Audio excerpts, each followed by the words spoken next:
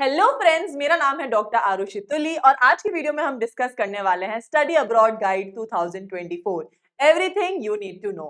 जब भी हमें अब्रॉड जाना होता है तो हमें लगता है यार कोई स्टेप बाय स्टेप हमें सब कुछ बता दे। तो आज पीडब्ल्यू यूनिगो आपके लिए लेके आया है step by step study abroad guide. तो इसमें आज हम आपके लिए इंटरेस्टिंग बनाने वाले हैं in the form of ABCD, that is academics, budget, courses and destination. तो इन हर चीज को हम स्टेप बाय स्टेप देखते हैं। Let's get start. सबसे पहले आता है हमारा एकेडमिक्स। अब एकेडमिक्स के अंदर क्या आता है, आपकी आती है दो टाइप की degree, that is bachelors, masters and PhD.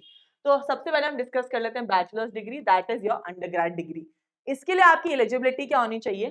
10th और 12th की परसेंट अराउंड 60% और 65% एंड अबव होनी चाहिए।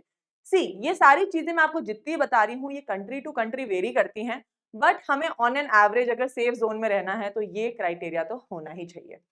अब क्या होता है, जब आप किसी कंट्री में जाते हैं तो 10th-12th की मार्कशीट्स के अलावा आपकी इंग्लिश प्रोफिशिएंसी टेस्ट होती है, मतलब आपको कितनी इंग्लिश आती है वहां जाने के लिए।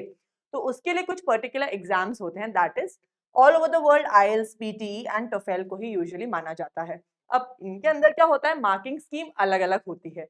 आईएलटीएस के अंदर अगर आपको सेफ जोन में रहना है तो 6.5 बैंड का स्कोर होना जरूरी है, but it should not be less than 6।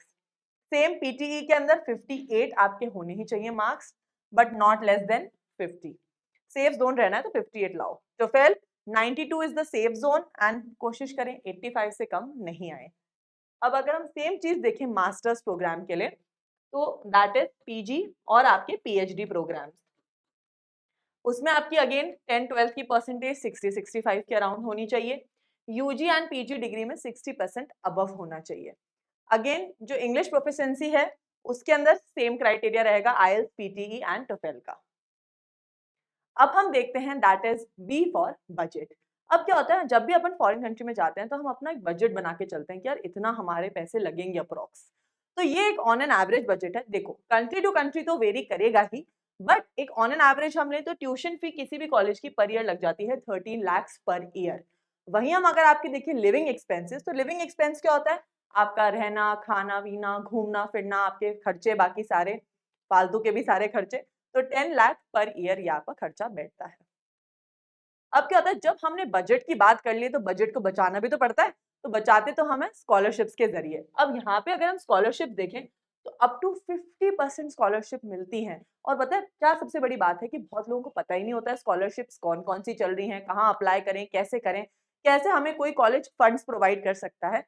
तो पीडब्ल्यू यूनिगो आपके लिए एक लिंक लाया है, जिसमें आपको यहाँ पे डिस्क्रिप्शन बॉक्स में वो लिंक मिल जाएगा। उस लिंक में आप भरेंगे तो आपको एक फॉर्म मिलेगा, जहाँ पे आपको हमने कोशिश किया है कि जितनी भी कंट्रीज, मतलब मोस्ट जितनी भी कंट्री फेमस है अब्रॉड जाने के लिए, उनमें अलग अलग जो स्कॉलरशिप प्रोग्राम्स अवेलेबल हैं वो सारे हमने उसके अंदर प्रोवाइड किए हैं। तो आप डिस्क्रिप्शन बॉक्स में जाके उस लिंक पे क्लिक करके वहां पे देख सकते हैं वो जितनी भी टाइप ऑफ स्कॉलरशिप्स हैं। It would be really helpful for you guys. अब हम देखते हैं किस किस टाइप की स्कॉलरशिप होती है। तो पहली होती है government funded. Government funded scholarship क्या होता है, जैसे अगर आप इंडियन गवर्नमेंट से लेके जा रहे हैं तो इंडियन गवर्नमेंट क्या करती है, कुछ स्टूडेंट्स होते हैं जो डिजर्व करते हैं, उनको स्कॉलरशिप देती है ताकि वो अब्रॉड जाके स्टडी कर सके, जिसके अंदर आपका यूजुअली क्या इंक्लूड हो जाता है, आपकी tuition fee, living expenses and आपकी ट्रैवल कॉस्ट भी इंक्लूड हो जाती है। ठीक है, जो कंट्री है आपकी खुद की कंट्री प्रोवाइड भी कर सकती है, दूसरी कंट्री भी प्रोवाइड कर सकती है।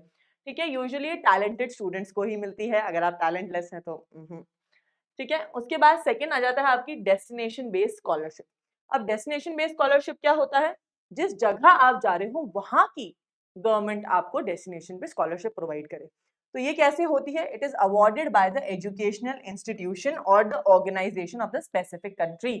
मतलब आप जिस कंट्री में जा रहे हैं वहां का कॉलेज आपको प्रोवाइड कर रहा है, यहाँ पे वहां की गवर्नमेंट आपको प्रोवाइड कर रही है।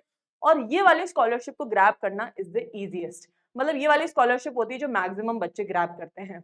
ठीक है, इसके अंदर क्या होता है, जो यूनिवर्सिटी आप कॉलेज में अप्लाई कर रहे हैं उनको आपको अपने डॉक्यूमेंट्स, आपके एसओपी सब कुछ प्रोवाइड करना पड़ता है। उसके अलावा बहुत जगह एग्जाम्स भी होते हैं। ठीक है, पर्टिकुलर लोकेशन के लिए होती है एंड बहुत सारे स्टूडेंट पॉपुलेशन को फायदा देती है ये वाली। ठीक है, एंड प्लस अगेन आप लोग लिंक में जाएंगे तो आपको डिफरेंट टाइप ऑफ स्कॉलरशिप्स दिख जाएंगी। नेक्स्ट स्कॉलरशिप होती है आपकी रिसर्च बेस्ड। नॉर्मली जो लोग रिसर्च फील्ड के अंदर जाते हैं या पीएचडी करने जाते हैं तो उन लोगों के लिए ये वाली स्कॉलरशिप प्रोग्राम्स बहुत अच्छे हैं। अगर आप कोई रिसर्च बेस्ड कोर्स पे जा रहे हो दैट इज वेरी स्पेसिफिक, तो आपको अगर उसका फायदा उठाना, कि researches are usually very expensive, तो यहाँ पे आपको उसके लिए रिसर्च इंटेंसिव प्रोग्राम के लिए स्कॉलरशिप्स मिलती हैं।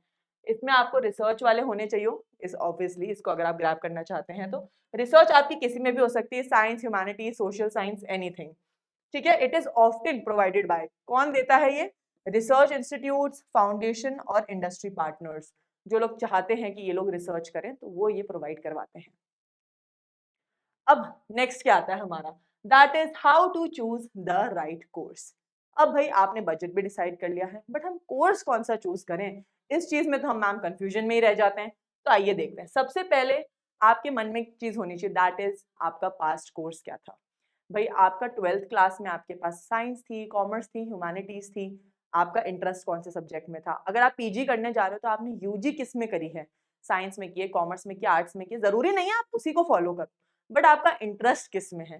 तो उसके लिए पास्ट कोर्स में आपका इंटरेस्ट क्या रहा है, परसेंटेज क्या रही है, सब कुछ बहुत मैटर करता है, ठीक है। उस पास्ट कोर्स के अंदर अगर आप अब्रॉड जाना चाहते हो तो ऑलवेज थिंक आपके इंटरेस्ट, आपकी जो प्रोग्राम में प्रोफेसर, एजुकेशनल एक्सपेंसेस, एक्सपीरियंस, सब कुछ काउंट होता है। सेकेंड चीज क्या आती है, आपका इंटरेस्ट। अब ऑफ कोर्स पास्ट कोर्स की बात कर ली तो अब इंटरेस्ट भी बहुत जरूरी है कि किस चीज में आप अपनी रुचि रखते हैं, ठीक है। तो रुचि कैसे हमें पता चलेगी, दैट इज जो भी कोर्स आप अब्रॉड पढ़ने चाह रहे हैं उसमें आपका इंटरेस्ट होना चाहिए। अपना वो सब्जेक्ट पहचानो, आइडेंटिफाई द सब्जेक्ट जिसमें आपका इंटरेस्ट है। उसके बाद क्या करना है, आपके अंदर उस पर्टिकुलर सब्जेक्ट को लेके क्या होना चाहिए, एंथुसियाज्म एंड क्यूरियोसिटी। वही वाली बात है यार, इंटरेस्ट बहुत जरूरी चीज है कि आपको एक लगन होनी चाहिए कि नहीं यार मुझे यही करके दिखाना है, ठीक है। वो चीज होगी तो मतलब आप उस सब्जेक्ट में इंटरेस्टेड हो। तो ये दो चीजें तो हो गई। इसके बाद नेक्स्ट पॉइंट हम क्या देखते हैं, दैट इज फ्यूचर एस्पिरेशन। आप अपने आप को फ्यूचर में किस जॉब पे, किस पोजीशन पे, क्या करते हुए देखना चाहते हो, वो भी बहुत इंपॉर्टेंट है। भाई बनना आप इंजीनियर चाहते हो, कर आप बायो रहे हो तो सीधी सी बात है वो नहीं बैठेगा हिसाब। तो ऑब्वियसली आप जो भी कोर्स चूज करो आपके फ्यूचर एस्पिरेशन से मैच करना चाहिए। अगेन आपके एम्बिशंस, आपकी अंडरस्टैंडिंग, आपकी रिक्वायर्ड क्वालिफिकेशन, सब कुछ इंपॉर्टेंट है। नेक्स्ट आता है आपका ब्यूमिंग, ब्यूमिंग नहीं बूमिंग फ्यूचर कोर्सेज। अब बूमिंग फ्यूचर कोर्सेज क्या होता है, जो आजकल मार्केट में नए नए कोर्सेज चल रहे हैं जिनमें ज्यादा स्कोप है। जैसे for example AI, that is artificial intelligence. अगर आप देखोगे आजकल AI is working on next levels. तो एआई बेस्ड अगर आप कोई कोर्स या प्रोग्राम करते हो तो it is very advantages, because अपने को एक फ्यूचर दिख रहा है उस कोर्स के अंदर। तो वो कोर्सेज को आप सर्च करें नेट पे, जो कोर्सेज आपको लगता है आगे जाके बहुत ज्यादा फायदा देने वाले हैं। तो it's always about booming future courses. तो वो कोर्सेज तो हमें क्या होता है, ढूंढने पड़ते हैं, रिसर्च करनी पड़ती है थोड़ी उनके बारे में, आइडेंटिफाई करना पड़ता है सेक्टर को, मार्केट के अंदर क्या ग्रो कर रहा है, फिर उस सब्जेक्ट को चूज करो। आगे जाके वो इंडस्ट्रियल एडवांसमेंट में क्या देगा, एम्प्लॉयमेंट कितनी होगी उसकी, वो सारी चीजें देखनी बहुत जरूरी है। पता चला आपने कोई कोर्स कर लिया, उसकी एम्प्लॉयमेंट रेट ही नहीं है, तो वो सारी चीजें देखी जाती हैं। नेक्स्ट, अब हमारा आता है डी फॉर डेस्टिनेशन। अब हमने ए बी सी देख लिया तो डी भी तो देखना पड़ेगा। अब इस पर हमने एक सेपरेट वीडियो बना रखा है कि आपको डेस्टिनेशन कैसे सेलेक्ट करनी चाहिए, कौन सी करनी चाहिए। तो यहाँ पे कहीं आई बटन होगा, उस पर आप जाएंगे तो आपको इस वीडियो का लिंक मिल जाएगा, वहां जाके आप इस वीडियो को गौर से देखिए। अब आता है कि वो जगहें, टॉप कंट्रीज जिधर आप इन डेस्टिनेशन में स्पेशलाइजेशन कर सकते हो। जैसे कुछ स्पेशलाइजेशन कोर्सेज होते हैं जिनके लिए कुछ कंट्रीज हैं जो बेस्ट हैं। जैसे कि अगर हम देखें कंप्यूटर साइंस के लिए, so the best countries are USA, Ireland, Canada, Germany. वहीं अगर हम मैनेजमेंट के लिए देखें तो यूएसए, न्यूजीलैंड, कनाडा, यूके। उसके अलावा अगर हम देखें आपके फाइनेंस एंड अकाउंटिंग के लिए तो बेस्ट है UK, Australia, Canada and New Zealand. Arts and culture के लिए देखें तो UK and Australia are the best countries. वहीं अगर आप देखोगे फॉर मेडिकल कोर्सेज, मेडिकल माने जैसे आपके नर्स, आपके डेंटल, आपका फार्मास्यूटिकल, एवरीथिंग, सब कुछ इसके अंदर इंक्लूडेड है। तो अगर हम बात करें एमबीबीएस कोर्सेज की तो कजाकिस्तान, उज्बेकिस्तान और रशिया। अब आप बोलोगे मैम इनमें डिफरेंस क्या है, मेजर डिफरेंस है कि यहाँ पे जो प्राइस रेंज है वो काफी हाई है और यहीं पे प्राइस रेंज काफी चीप रेट्स पे है। बाकी अगर बात की जाए तो best if you want to go for particularly MBBS तो इन 3 कंट्रीज को आप ऑप्ट कर सकते हैं। एट द एंड मैं आप लोगों को यही कहना चाहूंगी कि अगर आप स्कॉलरशिप प्रोग्राम्स के लिए अप्लाई करना चाहते हैं तो हम लोग फॉर्म का लिंक आपको डिस्क्रिप्शन बॉक्स में नीचे देंगे, वहां क्लिक करो और आपको पता चलेगा कि किस पर्टिकुलर कंट्री में कौन सी टाइप के स्कॉलरशिप प्रोग्राम्स निकले हैं and it would be really easy for you. So why waiting, just let's get started. Thank you and see you in the next.